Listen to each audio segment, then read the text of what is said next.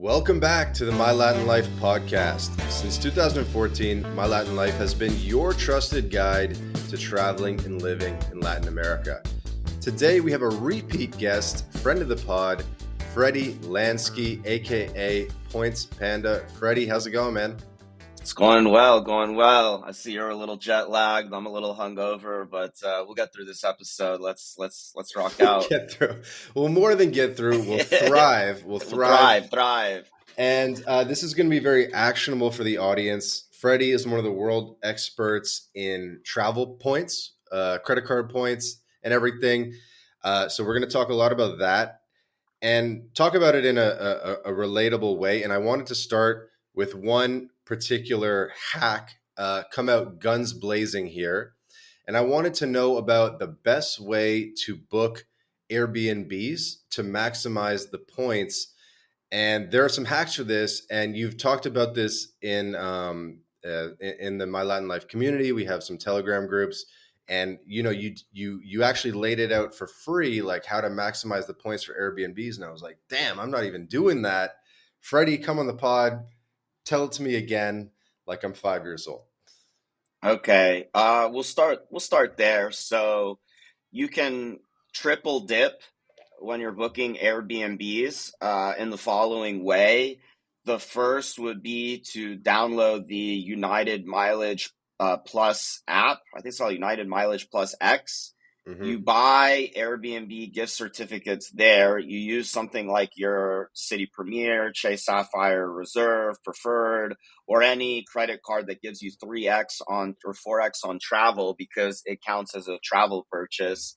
Then from there, there's two different portals that you can get extra airline miles. One of them is the Delta portal that gives you 1x miles per dollar or euro spent on Airbnb. And then the other one is the British Airways, which they change it every couple of months, but right now gives you 2x British Airways points, British Airways Avios, which you can book any one world flight with, including American Airlines.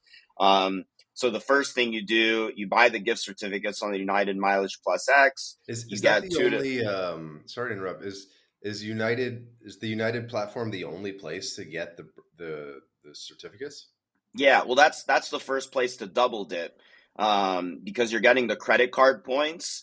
And because you're using the United Mileage Plus X apps, you're also getting the United points as well, right? So say, I don't know, say you're splitting an expensive ski chalet or however you pronounce that with 5 friends, right? And the Airbnb is going to be, I don't know, let's use the easy number, $6,000, right? So you get $6,000 of gift certificates with that app. You'd get 2x United miles. Now you'd have 12,000 United miles. And say you're using a Chase Sapphire Preferred or Chase Sapphire Reserve, you'd also have 18,000 Chase points just from the purchase. Yeah. Now, instead of going to Airbnb.com, you just Google or Bing, whatever, you type in Airbnb British Airways portal. You put in your British Airways number, and then it forwards you to the Airbnb website, and they put a little cookie on your computer. Then you go ahead and book the $6,000 ski chalet or whatever with your the gift certificates you just used, and then you'll also get 12,000 British Airways Avios, right? So say you booked that $6,000 Airbnb. If you did everything correctly, you should have 12,000 United miles, 18,000 Chase points, and 12,000 British Airways points, right? And this can really add up for a lot of us who are living on Airbnbs. Like I've been fully nomadic since August, and I've been living mostly on Airbnbs. Right now in Bonsko, I did a direct deal with a friend who owns this apartment. As great as these points are, doing direct deals is even better when it comes to Airbnb. But if you need to use Airbnb, yeah, this is a good way to take some of the cost off. And when you're splitting an expensive like vacation destination with a bunch of friends and you're the one in charge of handling everything, all these points can really add up if it's like a very expensive purchase, like, an expensive, ski lodge or, Right. And a lot of something people like live out that. of Airbnb anyway, a lot of digital nomads who might be listening to this. And if they're not doing this, I guess they're kind of leaving money on the table. Yeah, I mean, if you're spending $20,000 a year, even more on Airbnb, you're talking about 60, 70,000 points, just from this one hack. However, what I want to get into in this episode, so we've talked a lot. I think one episode we spent a lot of time. I think that was the first one. We spent a lot of time on Brazil. The second episode, I don't know what we covered. Mexico. They were Mexico. I was an expat in Mexico for 9 years. Maybe I'll end up going back. For right now, I'm Oh, he'll fully be back. nomadic. Oh, we gotta talk about the gringo anti-gringo riots. Ah, that's Uh, nothing. That's nothing. Nothing. Yeah. I saw it on the news. It was like right by where I was living. But anyways, what was I gonna say? Yeah, I guess this episode will just dedicate to points and miles hacks. And so, as cool as that Airbnb hack is, and even for non-American listeners, anyone can use the United Mileage Plus app, and anybody can use the British Airways portal, right? So, I just finished. I was a speaker on Nomad Cruise, which is exactly what it sounds like. It's a cruise for digital nomads, and it's here in Europe. It went from Marseille in France to Athens, and I had to specifically make the talk for Europeans because Europeans are extremely jealous of the type of credit cards Americans can get, Mhm. and even Canadians as well. Like Canadian, Australian, Wow. like Emirates, Singapore. They have pretty decent cards too, but no credit cards, especially the sign up bonuses, are as good as American cards. So if you are an American traveler, including you, Vance, and you're listening to this pod right now, and you have a decent credit score, you're not in debt, and you're not signing up for, at least 3 or 4 credit cards a year just to get these bonuses and keeping track on a spreadsheet, you're missing out on tons of Three to money. four a year. Is that the sweet spot? You could go much harder than that. I mean, I've done even as much as five or like it depends on how fast you can hit the minimum spends, right? I Because thought you were only supposed to apply for a card like every 6 months or something. nah, there's no rule against that. I mean, I've sometimes applied for 2 or 3 in a week. But yeah, there's no. I mean, it all depends on has a lot of factors, right? It would be impossible to cover it all in one podcast, but so that Airbnb hack is great. You should definitely be doing that no matter what. But at the end of the day, say you're spending $20,000 a year on Airbnbs, you might earn 70,000 points between the airline points and the Right. Chaser Amex points Which in is worth total, like four which hundred is bucks or one something. one one sign up, Yeah. which is worth one sign up, Right. right? So, like I have so many points. I've actually kind of stopped signing up for credit cards right now, as I've just been focusing on other stuff. But it all adds up, right? So you do the Airbnb hack.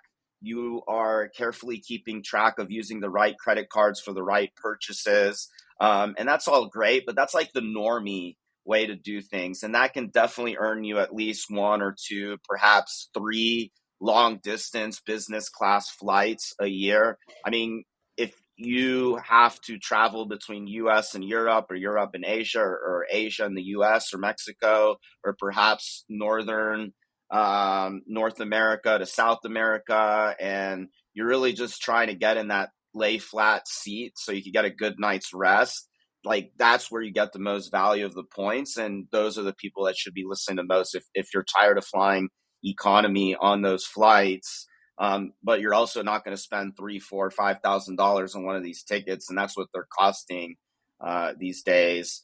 So, but you can use the points for anything, right? You can use them on a portal. You can even redeem them just for cash. I mean, it's literally free money. So what you do with it is up to you, right? Maybe you get, I'm part of some like more, I don't really do the points and miles things for a living anymore. I work as a fractional CMO and growth director for different businesses. So I can share more like black hat kind of secret stuff that I couldn't be able to share um, before. But I've met people on some of these like underground Discord groups that are actually living on points and miles that have completely hacked the Amex and Chase system. And they're literally just buying like anything from gift cards, the coins, or even called like buying groups. And they're earning a few $1,000s a month just from credit card signups. And they don't even fly business cards. They don't care about any of that. They're just lazy and they don't want to work. And they're just getting like thousands of dollars a month, just Yeah, cashing the because points out with different business hacks. class is cool, but if you could actually use it for like real expenses or something, maybe that'd You be more can, useful. Yeah. you can. So, I mean, if you're American listening to this, you should be looking out for the best bonuses. Sign up, get the bonus, and unless you're getting tremendous value out of the credit card, you cancel exactly 12 months and 1 day later, or between 12 and 13 months, right? So when the annual fee hits, by law, by U.S. law, if you cancel within 30 days, they have to refund you the annual fee, and Hmm. you have to do it after the annual fee hits. Otherwise, it counts if you cancel the credit card less than 12 months before you got the bonus. Uh-huh. They might claw back the points or cry Really? I foul. didn't know that. Yeah, but it turns out the same either way, right? So I'm signing up for a few credit cards a year, getting all the perks, Wait, getting all the wait, wait. points. So if you cancel less than 12 months, they claw back the points. They might claw back They the could, points. they could. If you wait till they charge you the annual fee and then you cancel, you keep the points and you get to claw back the annual fee. So Yes. you're like creating more work for them. Yes. Yeah, the thing is you gotta understand these banks like Amex City, JP Morgan Chase, they're doing like tens of billions of dollars of transactions per month. Yeah, They don't have time they to don't keep. care. It's not like, yeah, they play this little game of whack a mole, but yeah, it's just like people playing this little game for them is just a rounding error as well. And so if you sign up for too many credit cards, like Amex or Chase might ice you out. They'll say you can sign up for the credit card, but you're not getting the bonus. But then Yeah. there's hacks around that as well, using what's called no lifetime language links. So they pass these around in like Reddit and Discord groups. They're aimed for like specific people, but then anybody can use them. And then they have it's like a way of getting around. So they're not stupid. Because you can only have like 5 chase cards, right? Something like that. Yeah, that was a recent thing they added as well. So traditionally, points and we're jumping so hard all over the place. I'm sorry to anybody listening to this. You know, it's kind of Doesn't having seem like trouble. that big of a jump, but Okay. All right. Well, so yeah, that's a new thing from Chase. Traditionally, if you talk to a points and miles expert, they would tell you to keep as many credit cards open as possible, hmm especially if you can downgrade to a no annual fee version. hmm That way, your overall credit line remains as large as possible, which means your credit utilization remains as low as possible. But over the last 5, 6 years, these because of people like me and the people listening to this that use these hacks, they started. It used to be like mostly just your credit score. That was like the main thing they were looking at to give you these bonuses. Now, having like, at least a 750 established credit score is the bare minimum. But they're looking at a lot of different things as well, like how many credit cards have they recently signed up for? How many credit cards do they have open with us? And by us, I mean Amex or Chase. So now, last year I had like 6 or 7 different Chase ink cards because I was really. just churning them.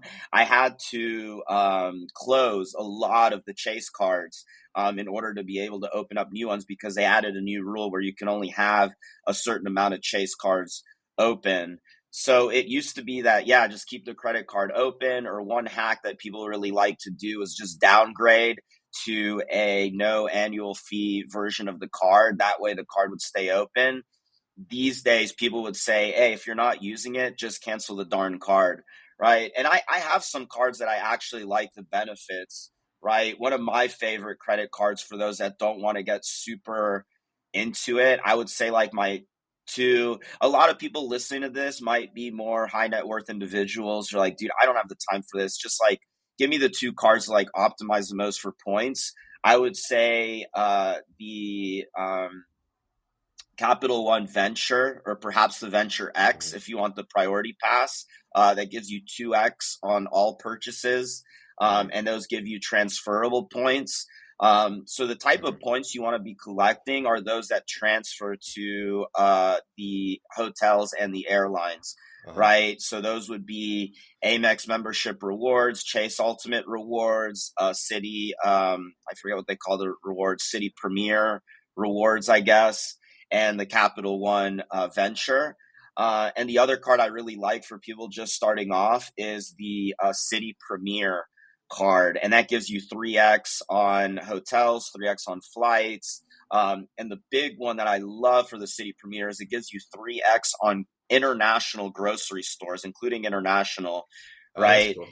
And it's a great hack because, as many of us know abroad, like a lot of times the liquor store and the pharmacies are located inside of the grocery store. So now you're getting 3x points on pharmacy purchases and like liquor purchases as well, like booze purchases and groceries on top of it. Um, and just having those two cards, right? So this is the normie way to play the game. Like, okay, do the Airbnb hack that we talked about at the beginning.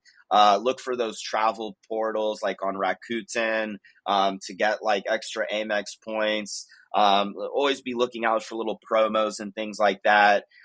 Use your Venture card, either Venture or Venture X, to get 2x on like everyday spend, and then you could use a City Premier or a Chase Sapphire Preferred to get 3x on your travel and restaurant spend, and just be using the right card at the right time, and you're optimizing and doing that. And that way, if you don't want to open up any more cards, you could probably be earning like, I don't know, say you're spending like typical middle class person abroad. Let's say we're spending a few $1,000s a month on our credit card. That's pretty normal. You'd be earning maybe like 150,000 points a year, right? If you're constantly opening up credit cards and hitting the minimum spend and then opening another and hitting the minimum spend and playing that game, now you could be looking at more like a million to 1.5 million points per year. Wow. And that's worth about, I would say, like $20,000 in cash if you're just doing like cash redemption. But if you're using it for business class flights and luxury hotels and that kind of thing, it's really more like maybe 50, $60,000 worth of business class and like 5-star hotel and first class Uh-huh. flights per year.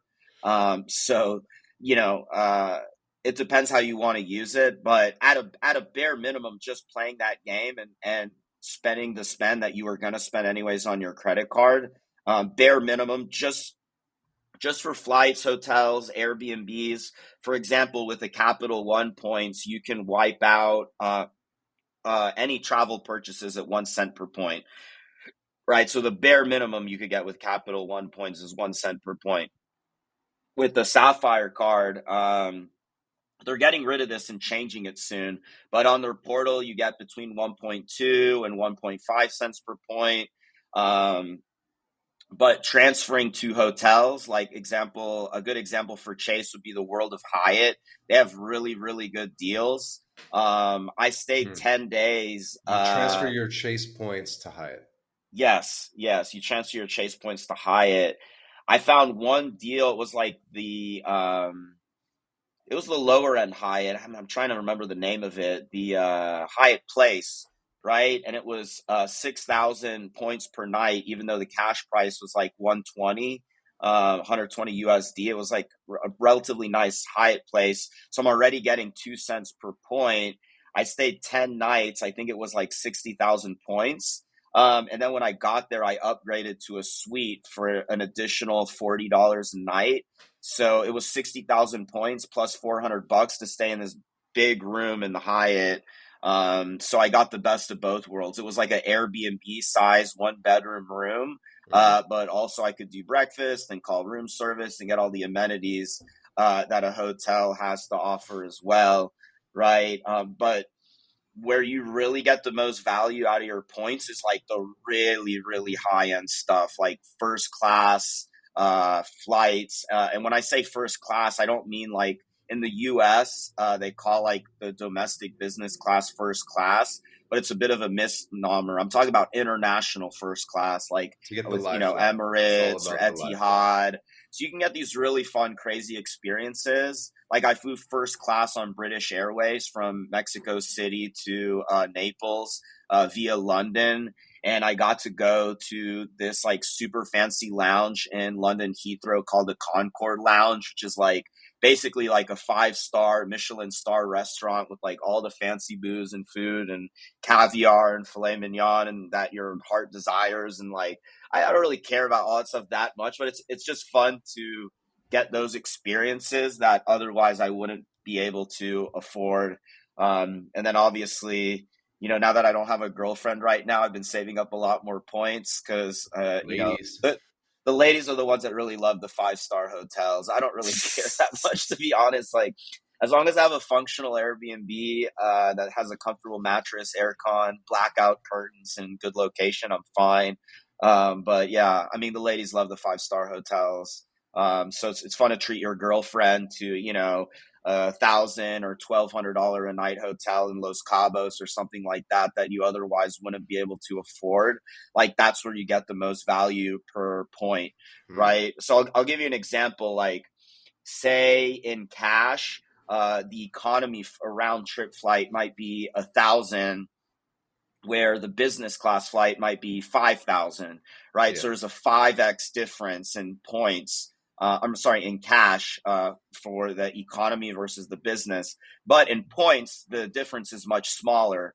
It could be 30,000 points in economy, but 60,000 points in business, right? So Uh, the value per point that you're getting if you're booking a business or a first class flight, usually the more expensive the hotel and the more expensive the flight, the more value you're getting out of your points. that makes But sense. maybe you're also saying, well, I don't really care. I'll just suck it up and fly economy, and still, have this flight wiped out with points on the portal. And I'll save my points to have more of them as well because, screw value per point. At the end of the day, it's just 14, 15 hours of suffering on the plane. I'll just suck it up and save my points. It depends on what your goals are, right? But if you're already like, say have an upper middle class income, let's just say high 5 figures or low 6 figures, and you can easily afford the economy flights and the cheaper Airbnbs,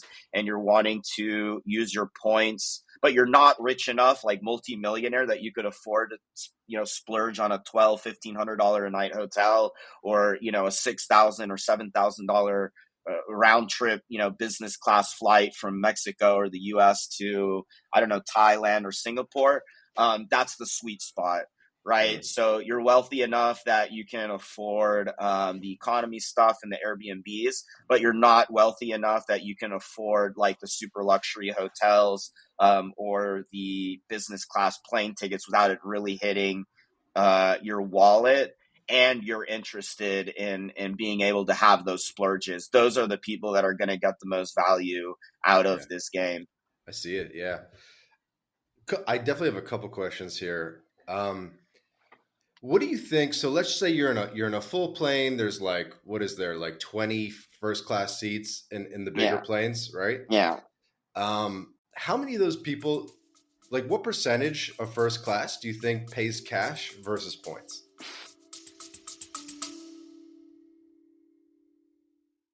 This episode of the My Latin Life podcast is brought to you in part by Crema Social. Crema Social is like TikTok for international dating.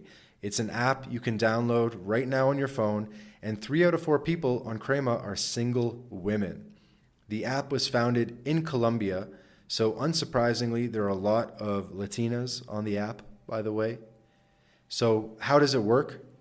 Crema Social is a social meal experience where you invite a hot girl for a lunch date via video call and food delivery. New concept, so you'll have to try it out for yourself, but this is probably the best way to meet Latinas before you visit the country. So if you're in Latin America or planning to visit Latin America, Download Crema Social now and start getting dates right away. There will be a link in the description to download, or just search Crema Social on your favorite app store. Have fun, guys. That's a good question. And I think it's a mix. And we should also differentiate between international business class and international first class.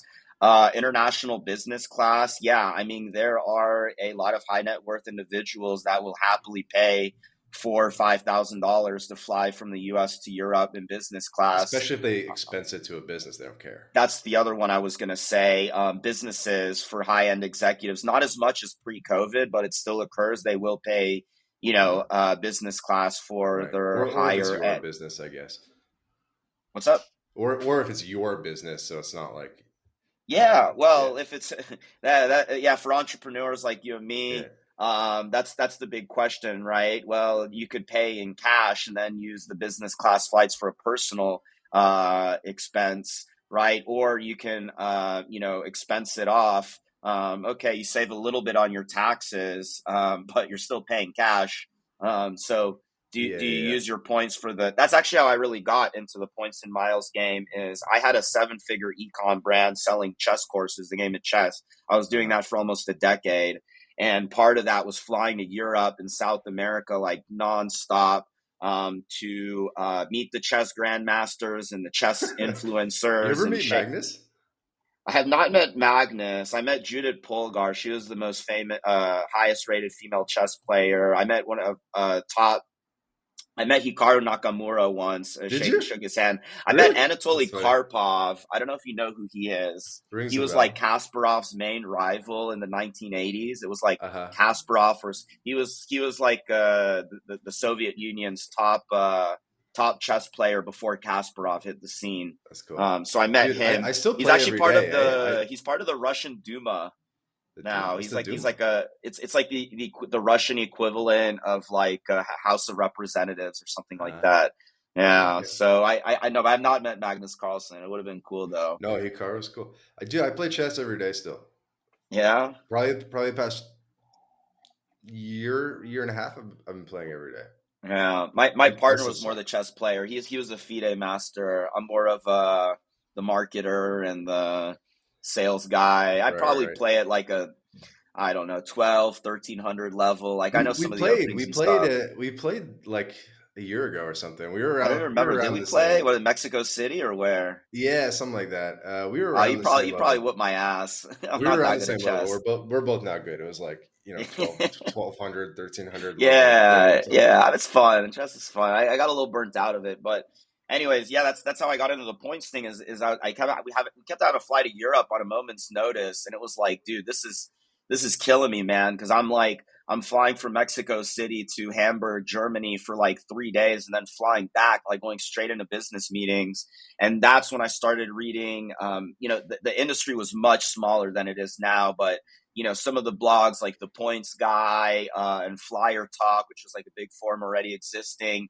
And then I Mhm. discovered that's the thing about people listening is Amex, Chase, Citi, Capital One, they all have transfer partners like where you can transfer your points to, but they don't want you to use that. They want you to redeem it for gift certificates. They want you to maybe use the portal at worst.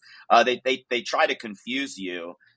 For example, they let you use your points on Amazon at less than 1 cent each. Whereas if you just redeemed it if you just bought a purchase on Amazon and redeemed it as a statement credit, it would be 1 cent each. So it makes absolutely no sense to do that. I think in the UI UX and the CRO world, they call it dark patterns, where the website is specifically designed in a certain way to confuse you and make you spend more money, or in this case, like use your points in an inefficient way. But on the redemption side, all the value is in transferring to the airline partners, Right. From the right? generics to the specific airlines and stuff. Like Yeah, yeah, because they have so there's tools like seats.aero now that can help you find those saver reward seats. Mhm. And okay, let's just say I don't know, a one-way business class ticket from the US or Mexico to or Canada, right? You're Wow. Yeah. To the Europe would be, I don't know, let's just say $3,000 in cash, right? Maybe 3,500, right? So, say you had a Chase Sapphire Reserve, they're getting rid of this soon, but for right now, you get 1.5 cents per points on the portal, right? So say it was $3,000 in cash. You divide that by 1.5, it would be 200,000 points on the portal. However, if you look in Air Canada Aeroplan, or perhaps United, you might see that same flight for 75,000 points plus maybe, 60, 70 USD in taxes and fees, right? So that's 60, 70% cheaper in points transferring to those partners than it Hmm. would be to book the flight on the portal. Right. And they don't really talk about it very much because they don't want you to do that because it costs them more money. Hmm. Right. If you're using your points on the portal, then the cost to them for that $3,000 flight might be $3,000, right? But if you're transferring the points, it might cost them more. However, they always keep it because it keeps the airline partners and the hotel partners happy, and it keeps them engaged. And a lot of the travel hackers would go crazy. There would be like a riot if they got rid of the airline partners. First, it used to be just Citi and Chase. I'm sorry, it used to be just Chase and American Express. But then Citi and then Used to Capital be One just Chase and Amex that did what? That allowed the transfer transfers? to partners.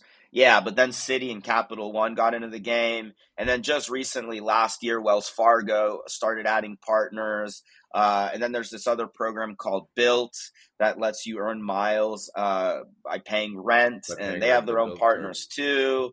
Yeah. Um, so everybody's in the game, right? And the redemptions have gotten more expensive, but the sign up bonuses have gotten much bigger too, right? So that's why they call it inflation. Inflation works both ways, right? So you'll hear a lot of doomers and gloomers, and especially amongst expats, we love being so gloomy, saying, "Oh, points hacking is dead," and this and that. It's not really dead.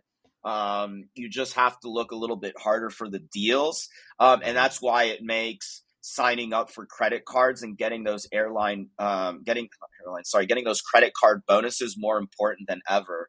For example, Chase Sapphire Reserve, they're about to raise their annual fee from 550 to I think 795, which is outrageously expensive. I don't know if I'm still going to keep my Sapphire Reserve card, They're but raising it to $800. yes, When? raise it $800. Yeah, yeah. Can But I pause you there? Can I do another tangent? So yes, I just flew like 2 days ago from Boston, and I was in the E terminal where there was no Priority Pass lounge, but they had the Delta One lounge, and it didn't accept Priority Pass. So now, because I do fly to Boston a lot, I think I need to get, there's like the Delta. It's like a Delta Chase card or something that's like 700 no, bucks. Delta works with American Yeah, Express. Delta Amex, and it's like You 700 can bucks. get into the Delta lounges with an American Express Platinum, American Express Uh-huh. Business Platinum, or an Yeah. American Express Reserve card. Yeah. But only if you're flying Delta.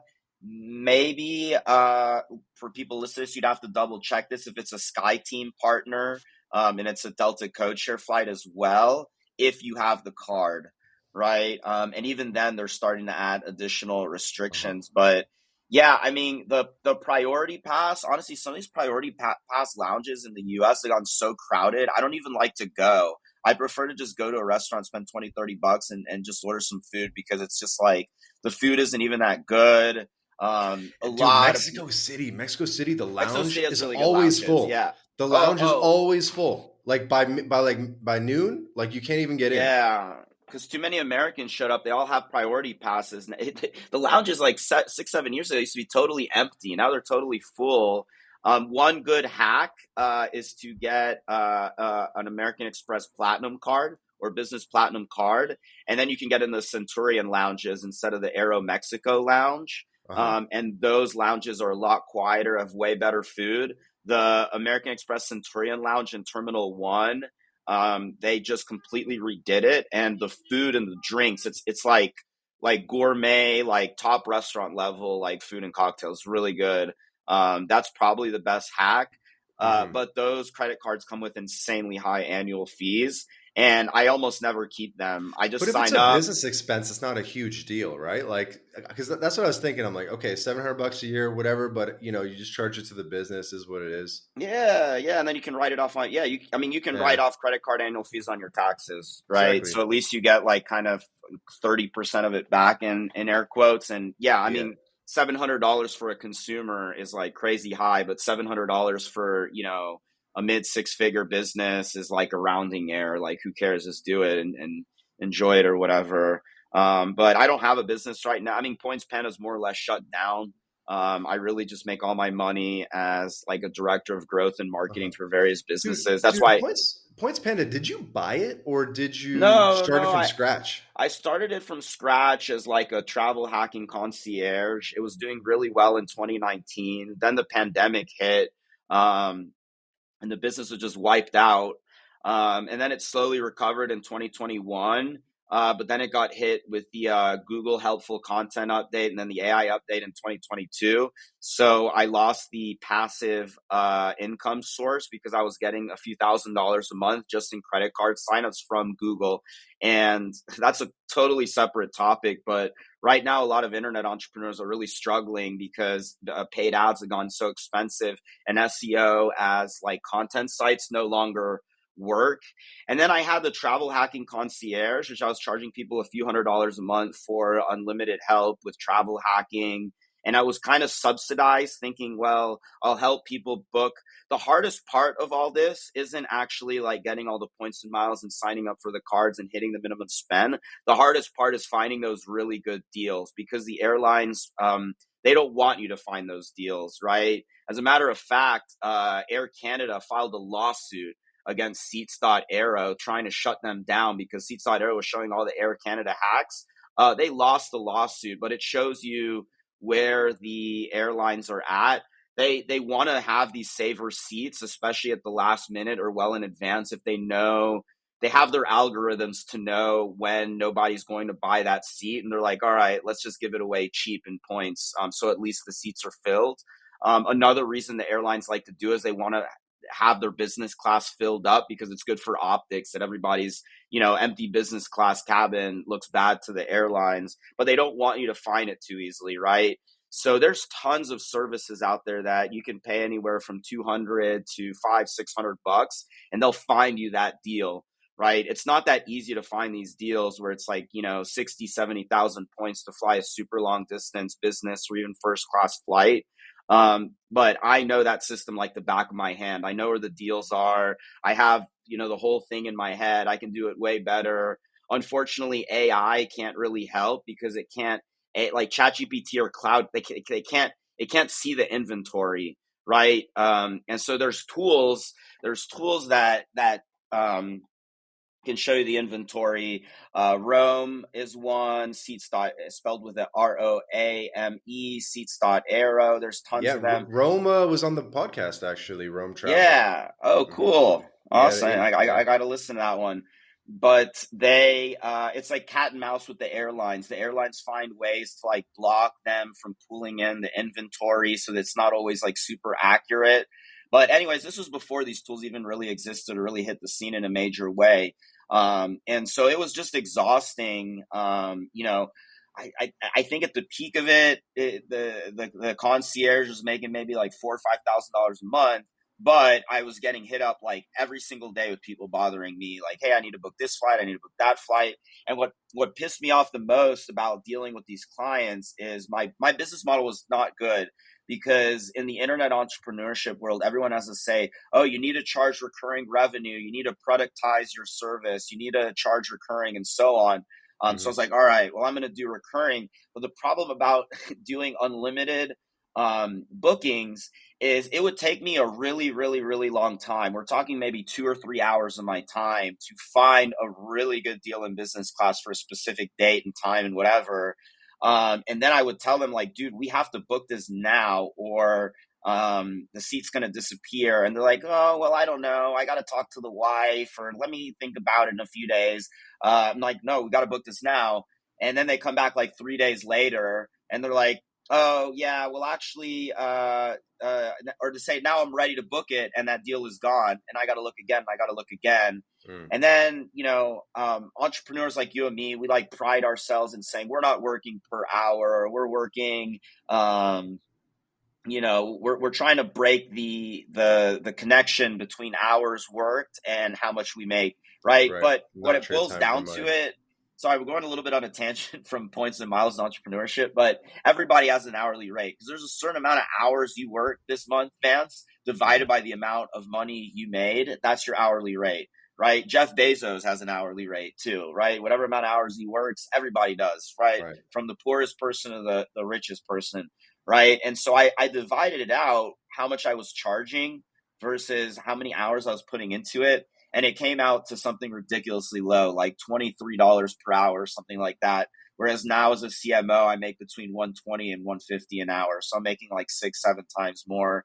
Plus you know, a lot of times what's fun as a hobby, then when it becomes your business, you start to like hate that thing that you used to previously love, right? Even my former business partner said that about chess. He's like, I used to love chess until I had a chess business, right? So I still love doing it as a hobby. I still help my friends for free, but that's just kind of why I shut it down.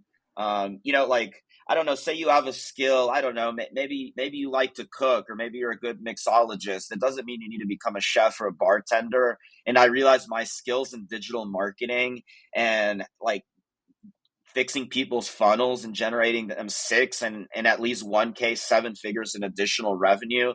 Like that's a way bigger, higher skill and solving a much more difficult problem than getting, an upper middle class couple in a nice hotel and flight for their honeymoon in Europe, right? Like it wasn't a right fit for the skill set.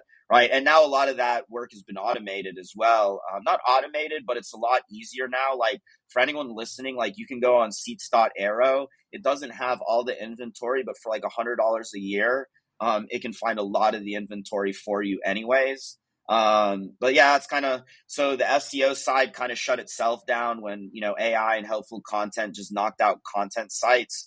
And then the award booking sides, I decided to shut it down on my own because the amount of money I was making versus the time and frustration just wasn't worth it. I may reboot it up later. I don't know. I'm kind of in a transition phase right now. I'm actually, this month, I quit all my freelance gigs and I'm not working this Mm. month. So just chilling in Europe and enjoying life.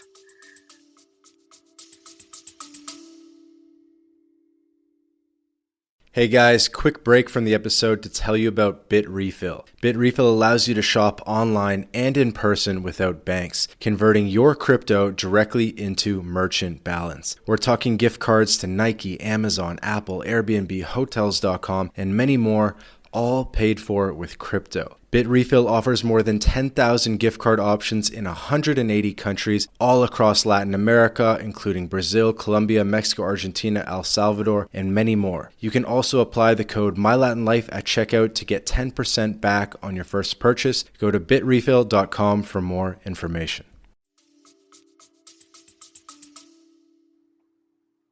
Good. Man, so much information to process. I think that a couple of the big takeaways. Well, one is use the sort of generic points. Actually, travel with Tommy, who you're friends with, was one of the Yeah. We guys just we that. just spoke at the same business conference together in Boca Raton a couple weeks ago. Hmm, Tommy and Eli, his business partner. I'm good friends with them both. I don't know Eli. I met Tommy in Mexico, but I trying to get him on the pod, so you'll have to put in a good word.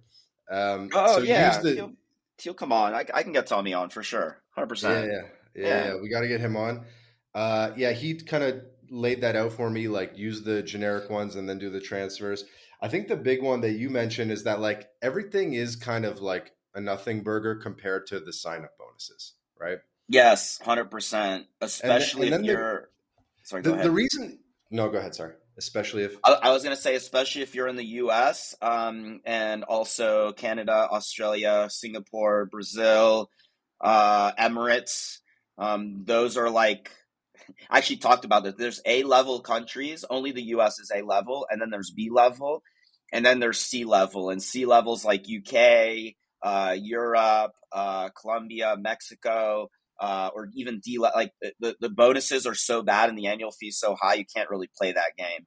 But Mhm. if you're from the U.S., Canada, Australia, Singapore, Emirates, and you can get those cards, and you're in like a B level country or especially A level, like you're just like, if you're spending thousands of dollars a month on a credit card anyways, you're literally leaving thousands, if not tens of thousands of dollars in free travel on the table each year. Crazy. And No, it doesn't fuck up your credit. So here's the problem as a digital nomad is you really have to time it for when you go home. And if you only go home like once a year, once every 6 months, you can't be like doing. multiple hacks on this one.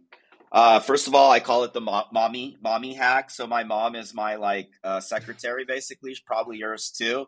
So the credit cards No, my come mom in. is not my secretary. Okay, well, my mom is, she handles like my mail and stuff. She's like my mail up when the credit cards come in. So like everyone accepts Apple Pay now, like literally fucking everyone. Like in Europe, like I don't even bring my credit cards around anymore. They don't even ask you to swipe. They just put the credit card terminal in front Yeah, of yeah, yeah, you. yeah. I have the Oh, Google Wallet, and then I just do and one of that. my favorite parts now is when you pay with, one of the most annoying things about being American is until finally we got the chip like 6 7 years ago instead of the swipe. But you still had to sign all the time, which was like humiliating when you went to Europe because everybody did the Right, pin right. instead, and then they're like freaking out. They're like, "Oh my god, we got to get some credit card paper so they can sign." Finally, now with Apple Pay, or just tapping, you don't need to sign in Europe anymore, right? And nobody even does the pin. Even the pin for the Europeans or Canadians, they got rid of that too. I didn't get rid of it, but nobody uses it anymore. Everybody just uses Apple Pay. So what you do is the credit card comes into the mail, and you just have mom, dad, a You girlfriend, just whoever say it is, just photo. take a Give me a photo. photo front and back. Give photo of the credit card front and back. You add it to Apple Pay, and you're good to go. And then you just use it for online purchases, and Apple Pay. The other one you can do if you really want a physical copy of the credit card. Some issues are better than others. Chase will happily overnight you a credit card anywhere in the world. Really? Amex usually will too. Bank of America will not. So if Or I get the Amex Platinum, which I need for that Delta Lounge, they'll send it to me where I'm at in yes, Mexico or whatever. yes, they will. Yes, you give them a call, you tell them, "Hey, I need the credit card overnighted. I'm here." Obviously, they're going to put you through a rigmarole of verification to make sure you're not a scammer, and then they'll overnight you the card. Yeah, or it's not Okay. overnight. It's like UPS Express. It takes like 3 4 days, but yeah, they'll do it. They Okay. don't want to. Another hack, actually, if you're tight on time, if you get approved for a credit card, and you're only in town for like a week, call Chase, Amex, City, Capital One, Bank of America, Wells Fargo. Call them like immediately after you're approved for the credit card, and tell them you want it overnighted. And instead of shipping it in the regular mail, they'll overnight it to you for free, so you Wow. can get it before you leave town. They also Wow. don't want you to know that either because it costs them like an extra $20, but they'll do that for you. Yeah. Now tell me this. It brings me makes me think of another thing. So I have some Mexican credit cards. I lost them, and then I called the Mexican credit card company. I said, "Hey, can you like send me a new card in Europe?" And they said, "No, you have to come to Mexico to get the new card, or we can only ship it like within Mexico." I'm like, "What are you talking about? It's like a Visa. I thought a Visa, they'll send it to you like anywhere in the world." But Well, they said just you had to come back to Mexico. do the hack I did. Just have them. Oh wait, have them mail it to somebody you trust or whatever, Uh-huh. and just add it to Apple Pay. But I'm wondering, as a Add it to American Apple Pay. Canadian, why would you even bother with Mexican credit cards that have super high annual fees and low earning rates? No, I know. I'm not actually like actively using it, but like I needed to replace it anyway, right? Oh. And then they were like, "No, you have to come back to Mexico to like replace the card My or whatever." favorite, for I know, So your sorry. The question is like, so does only the U.S. send international? Because one time I had a thing where a European ATM ate my card, Oh, that like happened to me once too in ate Bali. my Yeah, debit that sucks card, when that and happens. I Yeah. called Visa, and then they send it to you even internationally, Yes. the Yeah. new card. Usually, And so I was like, is that only a US thing?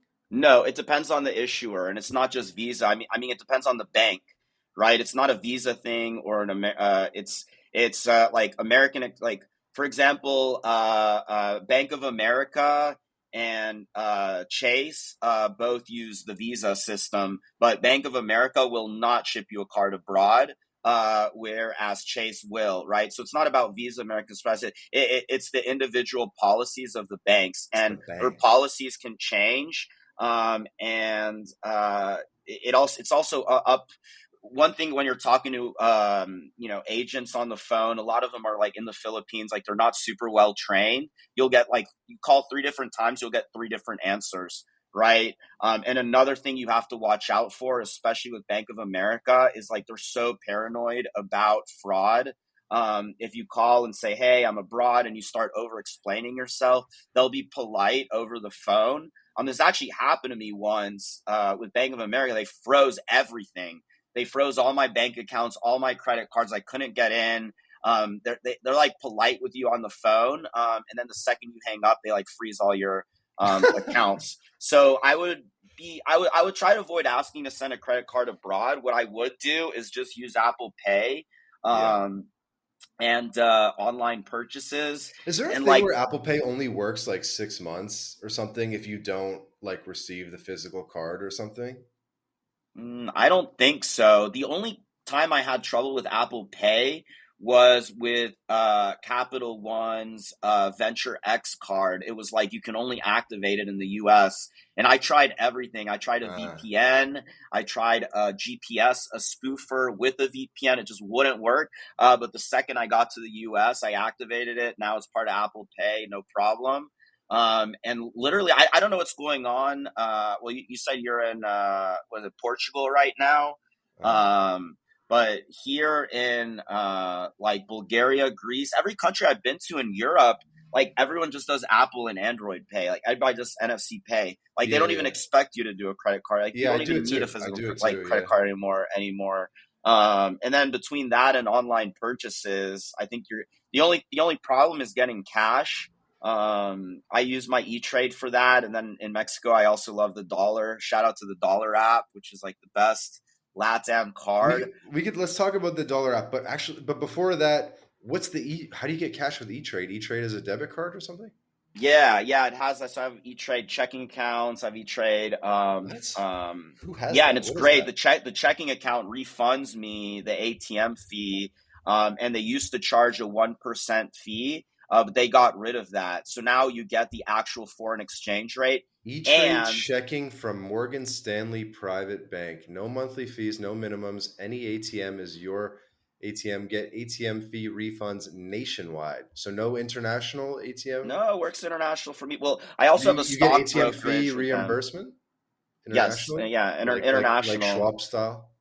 Yeah, yeah, Schwab is another good one. Yeah, but I find myself using cash less and less too. I mean, here I'm in a small town in Bulgaria. It's more cash. In I mean, I Mexico, pay my there's rent cash, and like I feel like I'm just afraid they're gonna shut down my. So I have Schwab and Fidelity, which both have zero I'm ATM literally fees. about to solve your problem on this podcast. So Okay, Dollar app added a way to send and receive with the European IBAN code for only a $3 fee. I uh-huh. actually used it here to rent a bike because it was like $150, and they're just like, here's the guy's IBAN code. It's like the equivalent of like Yeah, ACH in the yeah. US It's or like Clave in Mexico. IBAN for people Yeah, wondering. IBAN. It's like the Europe version, and you can use Dollar App for that. So you can load. Dude, the Dollar App is so they keep adding more and more. I don't know how the hell is they're making money because everything is free on the Dollar App. It's crazy. Like I can receive and send Argentine bank account. Like I help my Argentine cousins. They're always having trouble with their credit cards abroad. Like they send me money and I get like the best rate, 1,200 pesos to one. as of this thing, and then like you can add money with crypto, USDC, USDT. You can send ACH. You can send Clave, which is I love the dollar app's ability to send Clave for free. Because a lot of I specifically for my dance classes, like I love to dance and sometimes yoga as well. They don't accept credit cards, so they give you the clave, and if you don't have cash on you, it's like the most convenient thing. And then they do European IBAN you can send and receive, Colombian bank accounts you can send and receive. You can do some of So this what would stuff you with. do? You would transfer to like a European bank account with the IBAN? Is that what you Yeah, would do? you load up your dollar app card, like either with the ACH or convert your Bitcoin to USDC and then send USDC or USDT. From a Mexican bank account. You can load it up any way you want, right? With any Uh-huh. bank account or any, crypto account. And then you send it whatever way you want, right? So say you have $500 in Bitcoin, you just convert it to USDC, send it to the dollar app. And then if you want to go pay your rent, you just like ask them, hey, what's your IBAN code? And then you can send it from the dollar app. You can But do the that problem with is he wants Wise. cash because he doesn't want transfers to his bank. Because obviously I would He do wants to save on his transfer wise. taxes. Okay, well Yeah, yeah, yeah. that's Because he's different. Yeah. trying to not pay tax on rent, this bastard, and so I have to get Well, then he should be giving I you have a to get big I have to get discount. like two Then thousand euros cash every month, which is really annoying. damn, 2,000 euros. You should be giving you a bigger discount. I would push I for am a getting big a discount. I am discount. getting a discount. Wow, it's crazy how expensive Lisbon's gotten. That's crazy. It used No, to well, be my rent's a little bit less than that, but like incidentals and stuff. So bills and stuff. Yeah, yeah. I heard like I guess we nerded out enough about points in my. I guess one final thing for those listening before we wrap up that topic is you can also buy points and miles, and that's something that I talked about with the European audience, and they have pretty shit credit cards here. For example, say you buy 70,000 Aeroplan points on sale. Sometimes they run them as cheap as 1.2 cents each. You could get 70,000 points for 900 USD, and then you could use that 70,000 points to book a business class flight for 900 USD that in cash would have costed like $2,500, right? So there's many ways to play the game. Just if you're American, Canadian, Australian, Singaporean, Brazilians are pretty decent cards too. Emirati cards are pretty good too, and you have access. Dude, Should I keep get a getting those. European credit card? No, absolutely not. The European cards suck, and the reason they Not suck is even one, because just to like have it. well, if there's specific, the reason I like having the dollar app credit card, for example, like on Amazon Prime, if you want to rent a movie, it's like one third the price on like the Right, Amazon right, right. Prime Because you get Video. the what's it called, like globally adjusted prices. Yeah, yeah, but they won't let you use it unless it's a Mexican credit card or Right. debit card. Same thing with paying your CFE Yeah, bill. yeah, The electric bill. It has to be a yeah. Mexican credit card. Um, Somehow I got American Express to work for a few months, but then they shut it down. That's would be the only reason I'd have a European card. But the cards are so bad here. Most people just use Revolt or whatever, debit cards. Europeans don't really mess with credit cards. The reason for that is the interchange fees in Europe are regulated. So in US and Canada, it's like between 2 and 3%. Well, it's the issuers make around 2%, but by the time it gets to the you as the business, well, you would know about this. You run a business, you're paying about 3% in credit card fees. In Europe, they cap it at 0.3% for credit cards, so they don't make any, like, the issuers don't Mm. make any money in Europe, so they don't provide any, like, they do have American Express cards, but they have super high annual fees, super low point earning structures, and very, very low sign up bonuses. Now, if you're a big spender and a heavy traveler, should you still sign up for one? Like, yeah, maybe. If you're in Germany or UK, just for the perks. And you should still do the Airbnb stuff, hack that we talked about. You might still want to consider buying points and miles, but it's a very tough game for Europeans, to the point Mm. that you may not even want to bother playing it. But for everybody else, and same with Mexico too. The Mexican credit cards are, crazy expensive. But yeah, what were we going to talk about? I think we were talking about Dollar App, and I don't Yeah, know. I we're lost the bouncing. plot. We're bouncing. Okay, so I Oh, we're yeah, talking because about this is Lisbon, right? Lisbon. That's what we were well, talking about. yeah, well, just back to the reason I don't take advantage of this stuff as much as I could is because I probably haven't got a new credit card in over 6 months, easily, and the reason is because receiving the cards. Now I have done the Apple Pay thing, Google Pay thing. Did you have some other hacks for that in terms of like doing these openings and stuff while you're abroad? Apple Pay, online purchases. A lot of times when tax season comes around, I'll just pay taxes on a credit card. In the Uh, US, it's a very low 1.8% fee, which is totally worth it to hit a sign up bonus, right? mhm. So, say you're signing up for a card that's got a $4,000 minimum spend. I'll just pay $4,000 to the IRS, that I owe anyways, like my FEIE taxes or whatever for the Social Security payroll, right? So for every $1,000 I make, I got to send 150 to the IRS. So um, I'll pay that anyways. The fee on that would be like 75 USD.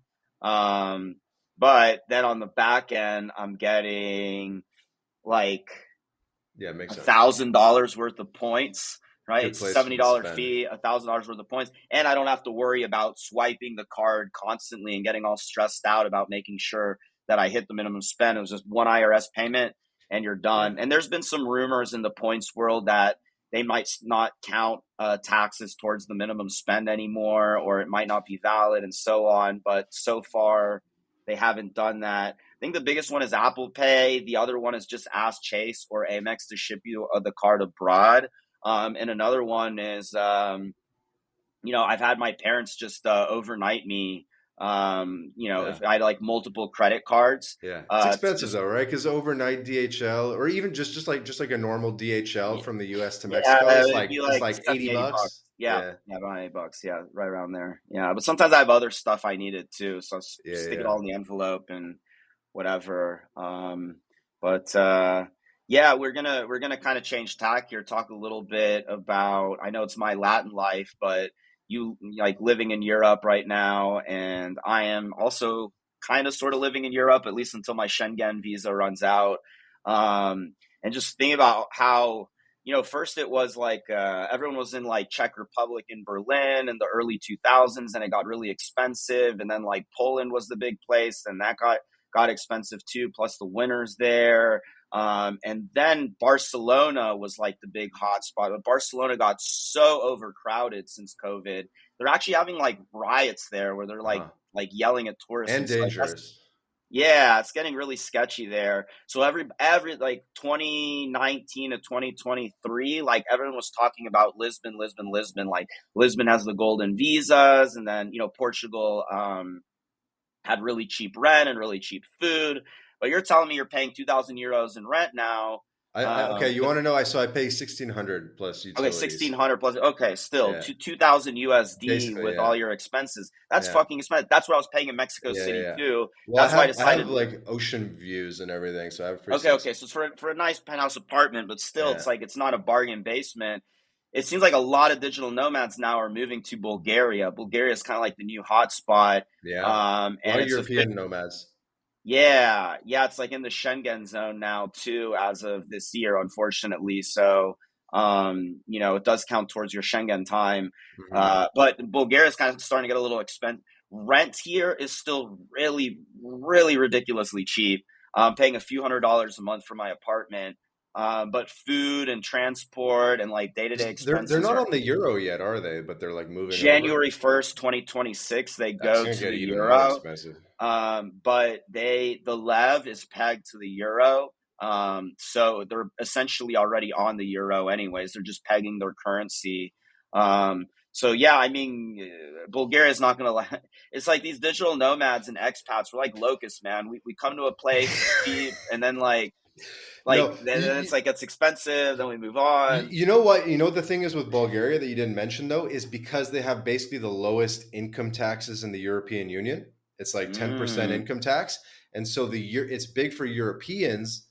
It really only makes sense for Europeans because they basically switched their tax residency from France or whatever to Bulgaria, and now they're only paying 10%.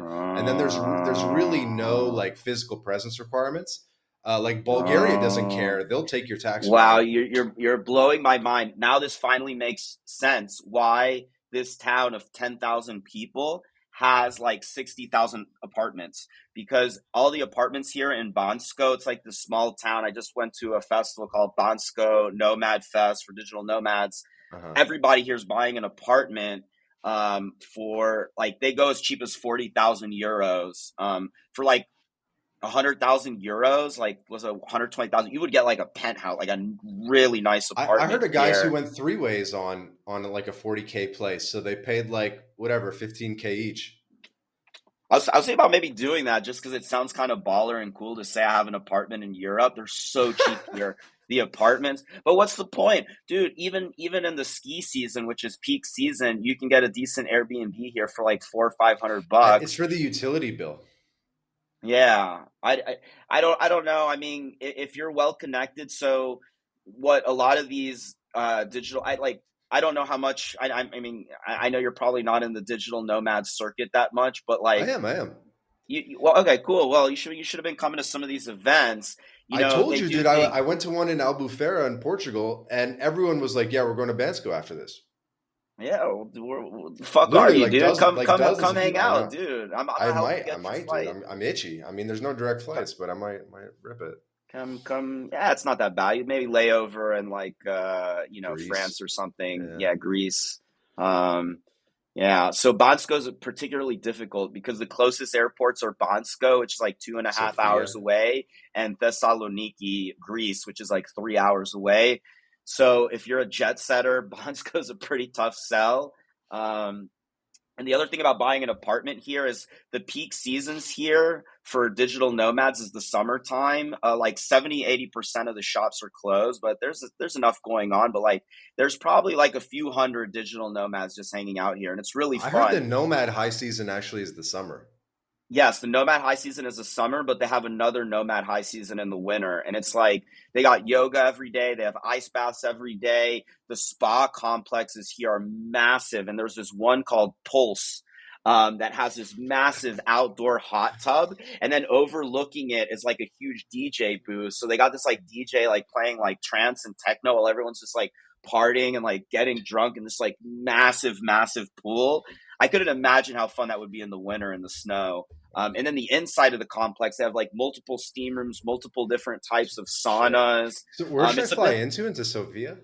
You fly into Sofia, yeah. Yeah. You fly into You gonna Sofia. pick me up, bro, at the airport? I don't have a car, but if I got you out here, we'll do an One episode on way, Bonsko. 279 euros. All You got to look on points, man. You don't listen. You're stubborn, How dude. do I look on points? What does that mean? Go on seats.arrow. You say you Is got it chase how do you what points, is right? that? What is that? Arrow Type in seats.aero. SEATS.AERO. All right, a I'm gonna look it up for okay, you. Like yeah, I'm looking. what day do you want to come I from see it. Lisbon to Bansko? Let's say Friday. Oh damn. Okay, coming up. All right. So today is Wednesday. All right, let's just say Friday. I'm gonna add plus or one. Oh, I gotta log in first. Hold on a This second. is not entertaining for the audience, I'm sure. Um Yeah, I'm like a so total weirdo. I enjoy this stuff. At I least do when I'm too. I doing do it for too. friends. So tell me this then: should I get the Amex Platinum or the Delta Amex? Because I really do want You access to the should you Delta should you lounges. should get the Amex Business Platinum or Platinum with the best sign up bonus, and then you should use it for a year. and then you should cancel it at like 12 and a half months and then Okay. sign up for the other. So like sign up for the Amex Platinum first, use it for 1 year. Um, and then the second the year is up, cancel it and then get another sign up bonus. And the overlap between the platinum and the business platinum is pretty darn similar. And both of them have massive sign up bonuses, right? Like 150, 200,000 points. That's what you're really going for here. Is like, all right, you got to suck up that $700 annual fee, but you're going to get like $3,000 worth of points, right? So do that and all the perks and use the perks. Okay. So And don't then get just the get Delta the card. Get the no, standard don't get the Amex Delta card. Reserve card, because if you get the Delta Reserve card, then you don't get into the Centurion lounges like you want Uh, to in Mexico City. Lounges is something I could actually ask you about as well because there's also a couple, nobody talks about this, but there's like the Dragon Pass.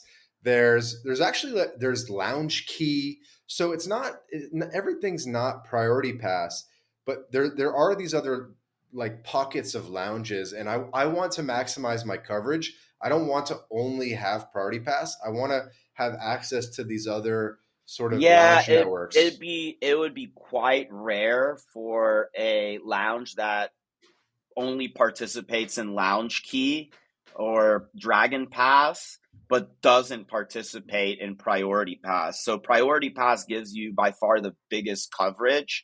And so you may, if you're in the US a lot, the problem is Priority Passes abroad are pretty darn good, but the ones in the US is very limited coverage, and they're also super packed. So you may want to get I have a United card that's an entry level card. It's only $150 a year, and it gives me two United Club passes when I'm flying Star Alliance or Mhm. United Economy. And those are really nice to have when I'm in a pickle. And then the Capital One, they're expanding their lounge network as well. Sometimes I'll use the Capital One lounges, right? So if you were desperate enough, you could get like an American Airlines like Admirals Club membership in Mexico City, and that lounge is huge and always empty because I fly American Airlines business class fairly often. But like, how far do you want to take it?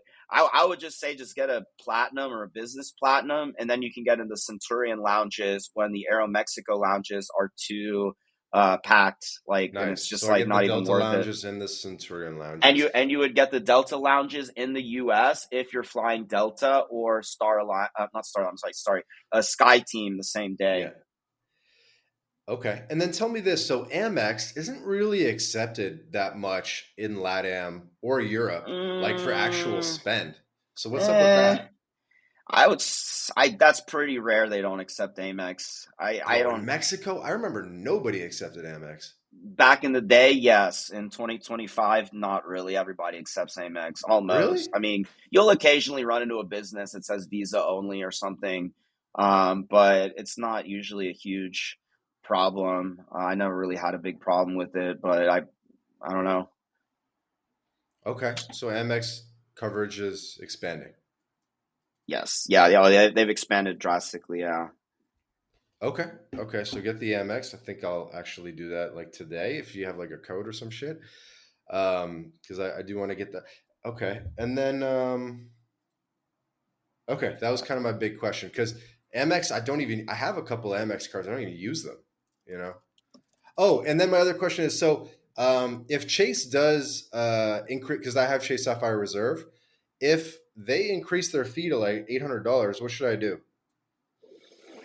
So, if you threaten to cancel, you can ask them for what's called like a retention bonus. And so they will either give you some cash or they'll give you additional points. Um, so I've done that some years where I just it's like, all right, well, I'm too lazy. Like, even Points Panda sometimes doesn't want to deal with the minimum spend on a new card or getting approved for a new card. Plus, there's something called Chase's 524 rule, which maybe you talked about, Tom. I can't even get into that No, during I this don't know what that is. podcast, but I'll just call and see. And I'm like, all right, well, it's $700, and I think 1 year they gave me like 40,000 points worth like to me those points are worth about $600-700. So it's like, all right, they're basically giving me almost the annual fees like value and points.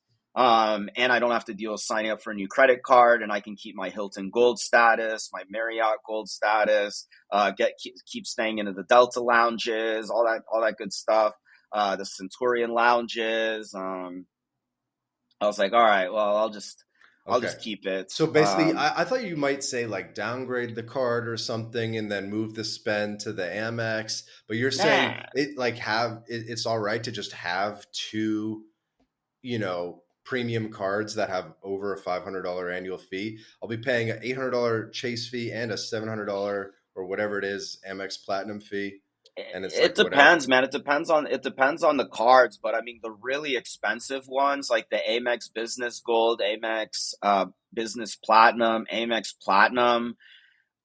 Most of the time I'll just cancel them after a year, and then immediately sign up for another one with a no lifetime language link, which is like against Amex's policies, but like no one's really paying attention. So I'm less focused on annual fees and more focused on just getting those two, three, $4,000 bonuses constantly and adding them up all year, Mm. and then using them. Yeah, but yeah, I mean, if you want to play it more normie style, like just sign up for two or three cards a year, etc. Decide which ones you want to keep. Decide which ones you want to. One thing that's really pissing me off about like if you're playing it normie style is that Chase and Amex are becoming more and more like coupon books, where rather than it's like, okay, you get 1.5 cents back on all this or 2 cents on that, it's like you have all these different credits you have to use, like $5 in Uber, $10 in DoorDash a month, $5 in Lyft, and it's like almost hard, so hard to keep up with it. It just makes it like much harder to use, which is the whole point, right? So they hope that you don't use it. And there's other hacks as well. Like if you get the Amex Business Platinum, you can use United as your selected airline and then buy a $200 United gift certificate. And I do that every year. So I have like $800, something like that, of like United gift certificate credits. So like partially that I'll eventually use at some point. There's all sorts of hacks. The other one is Dell. I don't know if I think they're getting rid of it, but you used to get $200 every 6 months on Dell.com. So I'd use that to buy like Bose headphones or Bose speakers. Mm. But a lot of these hacks are going away. Um, right now, Amex and Chase have both made really negative changes to like how you can redeem and like how they're setting while simultaneously raising their annual fees big time. Um, and but yeah, I mean, if you're just like trying to get the sign up bonuses, don't worry about that. Who cares? Just keep getting the sign up bonuses. Keep them 13 months or 12 and a half months. Cancel, in that 12 to 13-month period, like before 30 days, and they'll refund you the annual fee. Sign up for another card. Sign up for another card. And just keep racking up those points, and then using those points to for airline tickets and hotel stays. Like that's the name of the game. Very educational. Um, okay. Well, I want to be respectful of your time so we don't turn Yeah, this yeah. I into got a business meeting at a 3. It's 2 hour 2:30 podcast. here. Is there anything else you wanted to touch on before we hop off here? Nah, just a quick reminder. Not don't include when we were first recording. Yeah, obviously. Yeah. All right. But yeah, cool. Yeah, I hope you make it out to Bansko. Let me know if you need help with the tickets. Sure, I'll send you a link to a So business I'm on the platinum card. seats.arrow, which I didn't even know about this platform. It says, although the provided airports are valid, our cache data does not track any flights between Yeah, them. it's because you don't have a premium account. I'm looking here. I see some deals from 16,000 points, but they're not. It's not super great timing. I could find you some deals with Chase points. You'd probably just be better off using the Chase portal, Yeah. honestly. And by the way, the Chase portal is basically like it's like a wrapper on top of Expedia.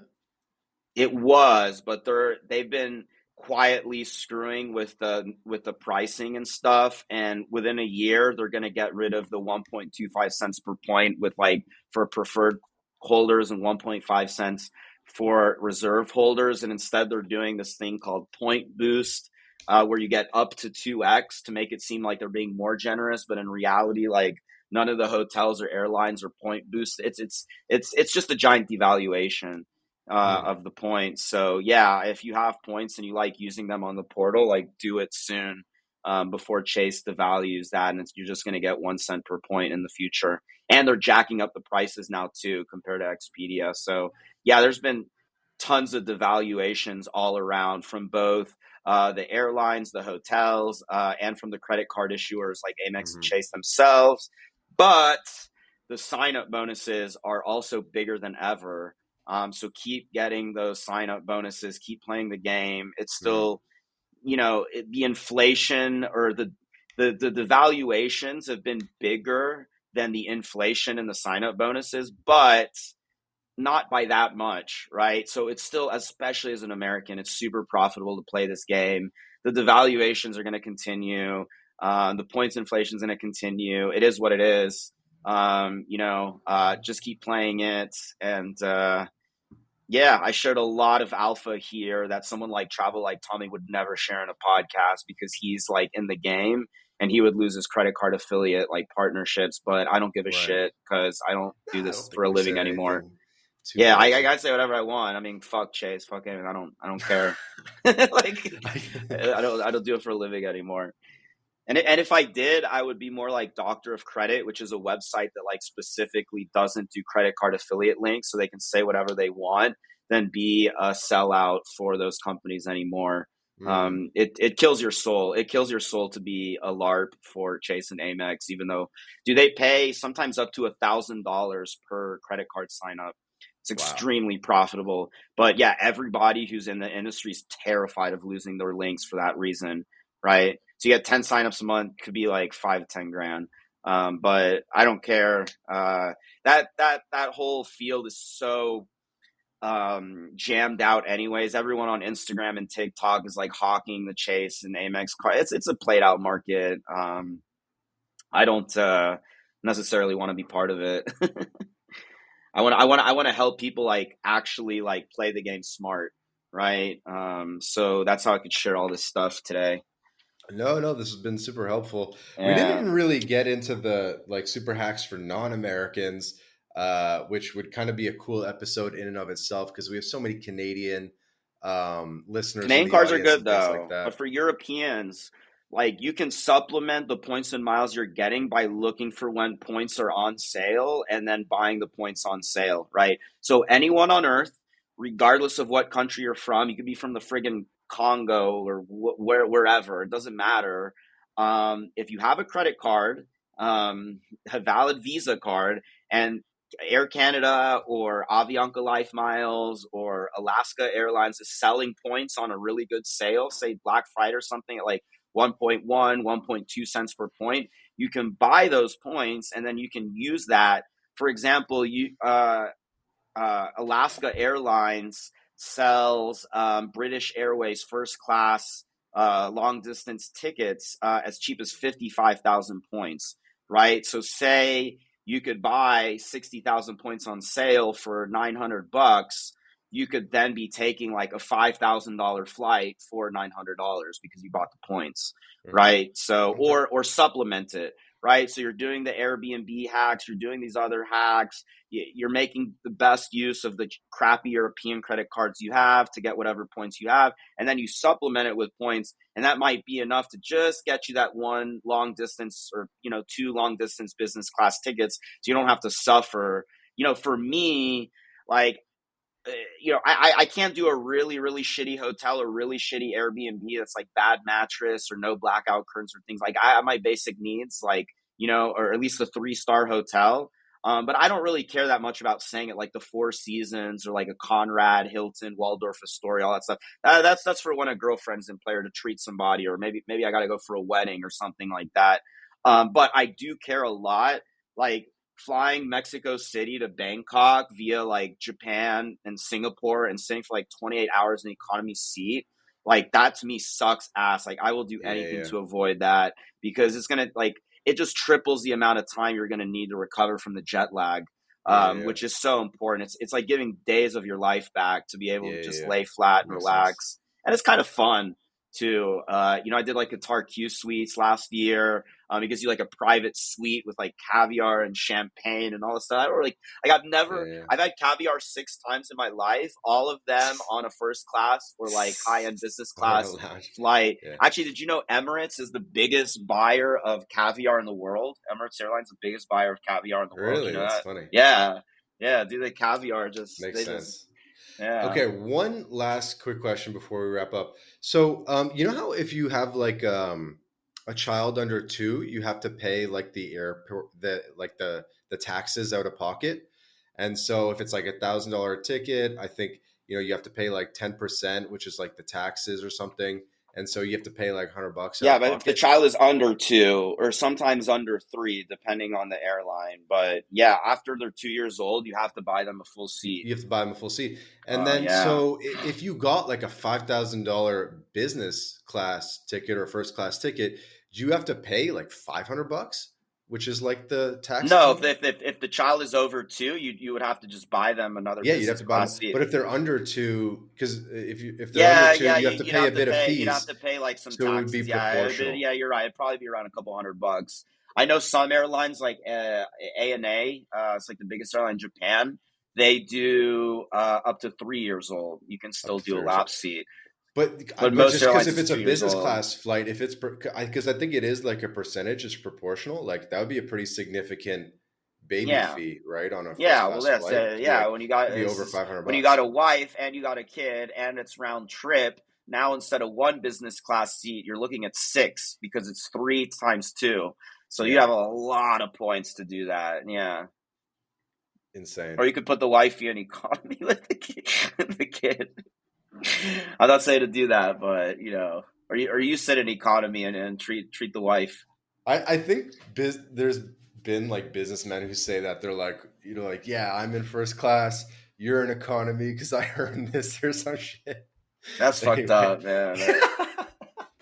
Premium economy is a good international premium economy is a good middle ground. Sometimes they have good deals on sale.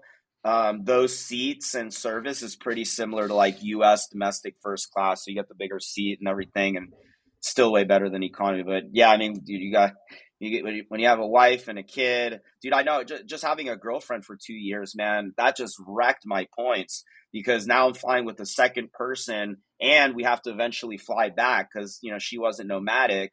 Now Right. we broke up for over a year. Suddenly I have like millions of points. Like I don't know what to do with them, dude. I'm not staying in 5-star hotels anymore. I'm not staying. I'm not really flying that much anymore, and I'm only one person. So yeah, it's a harder game to play. You really have to save up a lot of like one more reason if you're trying to like do a trip like that and you were gonna do it anyways, like sign up for like a lot of credit cards. That way you're gonna have what was 100,000 point redemption suddenly becomes 600,000 points when it's 3 people round trip. So you need way more points than just me as a single digital nomad traveler guy. Makes sense. Makes sense. Yeah. Okay, we'll wrap it up there, right at the 90-minute mark. Dude, thanks for coming on and sharing all this wisdom. I'm sure everybody who listened to this got at least one good nugget. So before we hop off, do you have any final words, message you want to share with the audience, where they can find you, etc.? Yeah. I'm just Instagram at Points Panda. Just hit me up, say hello. I love to nerd out about digital marketing, expat stuff, LATAM stuff. I lived multiple years in Brazil, multiple years in Argentina, almost a decade in Mexico. And yeah, I'm one of the few admins of your Telegram groups as well. Come join That as us. well. Come join us on the MyLatinLife Telegram groups, and we can nerd about anything from visa stuff to credit card stuff to living in LATAM stuff. And yeah, don't be shy. Just find me on Instagram on Points Panda, PointsPanda. PP. Yeah, PP. Points Panda. All right, maybe I'll see you here in Lisbon. I'm down, man. Okay, I'm cool. sorry, not in Thanks. Lisbon, in And Bansko. I mean, yeah. What a great guest. Even new to shout out the Telegram communities. So cool. Let's do it. This has been another episode of the My Latin Life podcast. Again, our guest today, Frederico. Freddy. Only my Freddy. mom calls me Frederick when she's mad at me. Freddy. Freddy Lansky, Points Panda. Guys, please subscribe to the podcast, leave a review, check the links in the description to follow Freddy, join the Telegram groups, etc. And we'll see you in the next episode. Ciao for now.